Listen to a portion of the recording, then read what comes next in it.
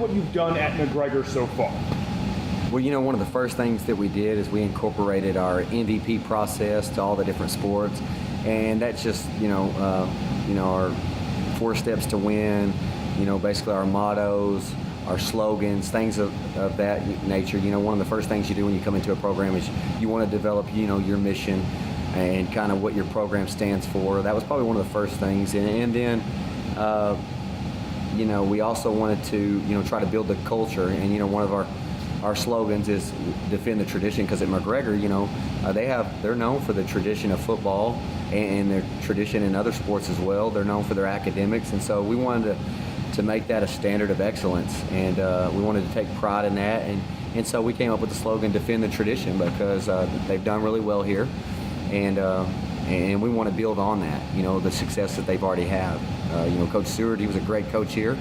And, I'm stepping in and just going to continue, what they've done and try to do the best that we can do to be successful. And, another thing is, like I say, we want to be 1-0 each and every day. Every day we want to try to get a win, and that's doing the workouts to the best of our ability and things of that nature. And another thing that we've done here is, our board of trustees allowed us to have a new weight room, and so we're very appreciative of that, because that will allow us to, lift more kids and things of that nature.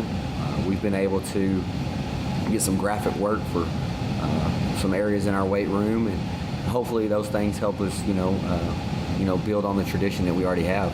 A new program at McGregor. Tell me about the new mindset. Well, our mindset is we want to cross the line. That's what I talk to the kids about. There's always that line that separates, winning the game and losing the game. And so that crossing the line mentality, and we talk about it each and every day in the weight room. We make our kids cross a line, and we tell them that's the difference between winning and losing, because you have to elevate your play to another level. Say the fourth quarter, when the game's on the line, we have to pick up our level of play. And so, a lot of people, I tell the kids all the time, a lot of people hold up the 4, but they don't really know what it means.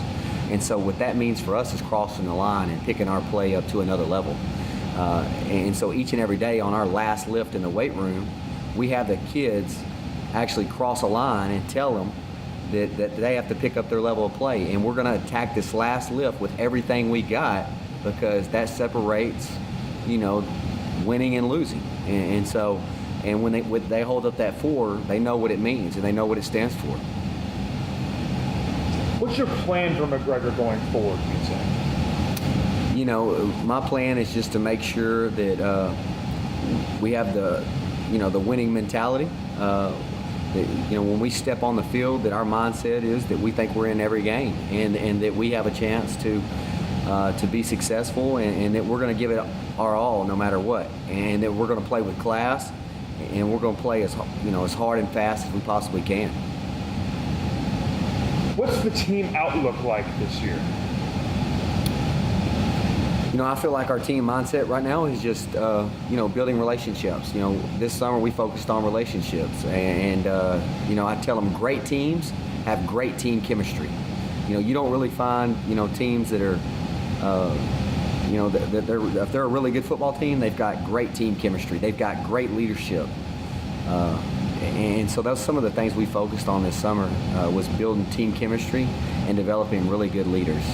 And so I think those two things are very, very important. One of the pieces that I got in some of my other stops that I thought was important was, the relationship, between the kids, kid to kid, and then also kid to coach. I think you've all got to piece those relationships together. Talk to me about the kids' reaction to you coming in. How have they been? They've been really great. They've been supportive. I think we've had a lot of fun, and we're going to keep having a lot of fun as we move forward. But we're also going to work hard. One thing that they know about me, when we're between the lines, we're in the weight room, we're going to get after it. But when we step foot off the field or we step out of the weight room, we're going to have a good time too. And so I think they understand that when it's time to go to work, it's time to go to work. And when it's time to play, we're going to play and have a good time with one another and develop those relationships. Tell me the changes coming to McGregor scheme-wise. On offense, I think we'll be similar. We'll be multiple and things of that nature. And then on defense, we'll be a 4-2-5 defense, just like, TCU been going to their, I think, 8 years now, talking with Coach Patterson and his coaches. And, I enjoy what they do. Every coach has his niche or what fits them. But, like I said, we'll be multiple on offense, and we'll be a 4-2-5 defense. Give me some key players. We have a lot of key players, I think. Again, I preach team chemistry. So, some of our guys that have, I guess what you're looking for is guys that have gotten offers. Jonathan Phoenix is committed to the University of Houston. Michael Irons has been offered by Incarnate Word. Both those guys are skilled players. We have a kicker that's really good as well, Johnny Martinez.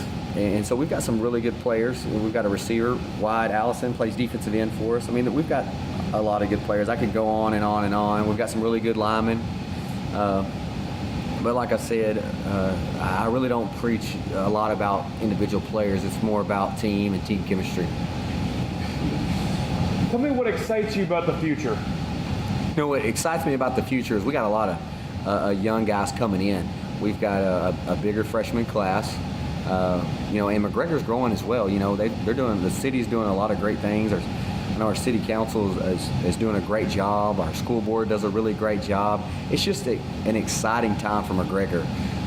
With all the growth that's going on, we've got SpaceX, that's out here that employs a lot of workers. And we've got a subdivision that's coming in pretty soon on Highway 84. I think there's going to be 400 houses that are built.